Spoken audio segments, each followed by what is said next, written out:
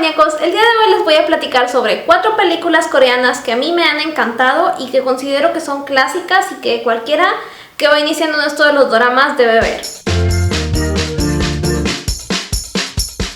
Comencemos con El primer amor de un millonario. La historia de un malcriado joven rico que su familia castiga para poder corregir su conducta, y lo hacen enviándolo a trabajar a un pueblito donde conoce a una chica que resulta ser amiga de su infancia y se enamoran de la manera más linda e inocente.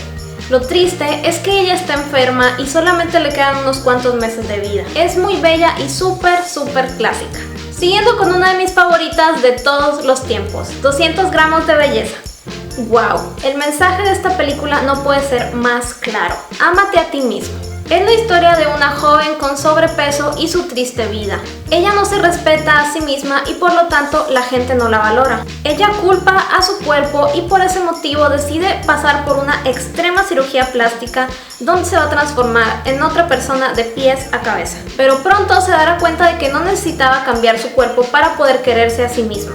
A pesar de que suena algo trágica, es en realidad una muy buena comedia y tiene un muy buen mensaje. Y una más reciente es Chilling Romance, la perfecta combinación entre comedia, terror y romance. Una joven tiene una maldición que la hace poder ver fantasmas. Y gracias a eso nunca ha tenido un novio porque tiene una fantasma que la acosa y aleja a todo aquel que se intente acercar, aunque sea un poquito a ella. Pero un valiente chico decide permanecer a su lado y juntos tratan de vencer esa maldición. Es muy graciosa y sí te saca uno que otro susto.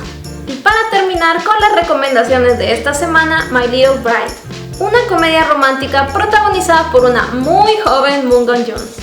Dos familias obligan a sus hijos a casarse, ya que ese es el mayor sueño del abuelito que está enfermo, y entonces son obligados a casarse a muy temprana edad.